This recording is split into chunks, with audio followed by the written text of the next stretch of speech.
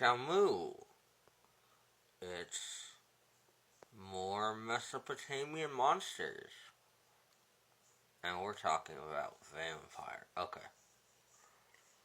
Did I think it was a good idea to go get some really cheap 2-bit vampire fangs for this video? Yes, I thought it was a good idea. Did I try to do this video before recording by putting these in? No, absolutely not. Do these absolutely hurt my gums? Yes, and I am pretty sure the molar parts they made backwards. Look, we got the vampire part, we got the fit. I'm not gonna be wearing these. This is actual hell. I'm not sure how they expected those to be done. Anyways, Mesopotamian vampires. So the Sumerians didn't really have a word for vampire. That was done much further up north by people who would not have had contact with the Sumerians. But we do have similar ideas of restless dead stalking the desert, coming out at night to feast not only on the blood, but on the energy of the living. There's many of them that I could put in this category, but I figured the most appropriate one would be the Akimu. Spooky time. The Akimu were a restless, malevolent spirit in Mesopotamian mythology. Kind of a mix of a ghost and a vampire. Oh yeah, hey, there's my light up top that went out because I fell asleep with it on. Don't know what's up with that. It'll never come back on. It's too high for me to actually take off again. But anyways, the Akimu.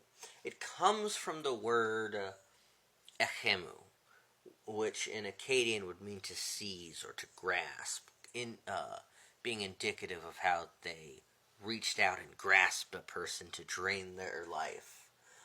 They're a disembodied soul that is stuck between worlds. This occurs when a person dies a violent, sudden, unexpected, brutal death, and the proper burial rituals are not done.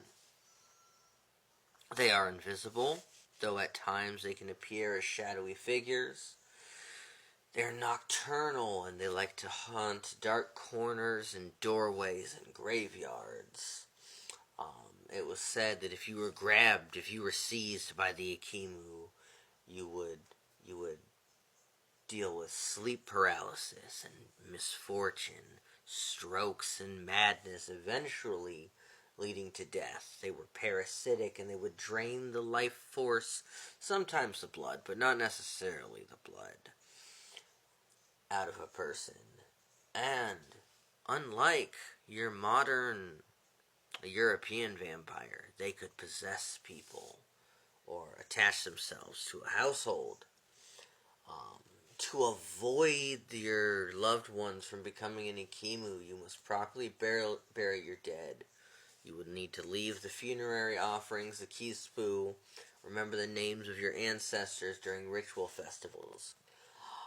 If you suspected that an Akimu was haunting you, you would go to the Ashipu, to the exorcist priest. There would be incantations done, rituals given, figurines would be placed at the doorways. You would use ritual series again, like the Maklu and the Usaruda. And the Ashipu would have to come and lay the spirit to rest. They were kind of... It was a warning. They were not only monsters, but they were a warning against maintaining spiritual boundaries between the living and the dead. The dead are the dead, and they stay in the dead. And the living are the living, and they stay in the living. You do not go to the underworld. You do not go to Kur. You do not go to Haralu and come back. Famously, we have the Descent of Inanna, which I'll get to one of these days about that. A soul that goes into the underworld must stay into the underworld. In Inanna's case, there had to have been an equitable exchange. But what is dead must lie dead. And once it is lain dead, you must treat it with the proper respect. Remember the names of your ancestors. Leave out your votive offerings and your bread for the dead. Otherwise, the vampires would come. And, of course, we do have reconstructed texts and incantations that an Ashipu would use to drive away an Ikimu. They would be treated a little bit different than the Shalak that we talked about, as these were much more connected to a person, and they existed as a thing that shouldn't be, where our outhouse demon existed as a demon. This exists as something that shouldn't be, something that failed to become one thing from another. It was supposed to join the Atemnu, and it instead, in kind of a pun, becomes the Sekemu. And so the incantation looks a little different. And again, I will give an example incantation of what we would see here. Beer, bread, and oil would be brought to the place where it was haunting. They would be set down. A figure made of tallow or some form of wax would be made and melted or burned, literally maklu, while an incantation similar to this one would be said. You are no god, you are no goddess. You are not a ghost revered.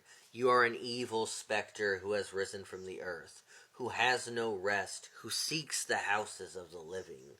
I bind you by the name of the great gods. I drive you out by the command of Ea, Lord of Wisdom.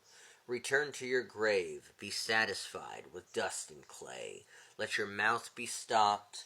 Let your eyes be darkened. By the light of Shamash, by the hand of Marduk, you shall not cross this threshold again. And in this way, we would exorcise the spirit, return it to its grave. And it was not merely enough for an Ashipu to return a spirit to its grave. There would be prescription things we would do. We would chastise the family for not observing the proper burial rites. We would ensure that those were done.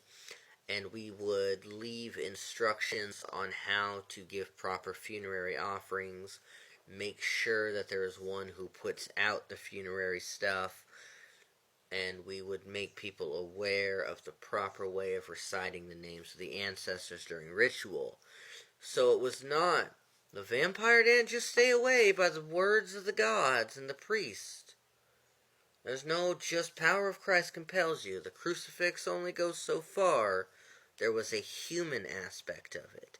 And humans needed to do their work on their end too, to keep the dead pleased, so that the humans could stay pleased. That is it for me tonight. Well, my phone's playing a funky sound saying it's about to die. May your ancestors bring you the sweetest of portents.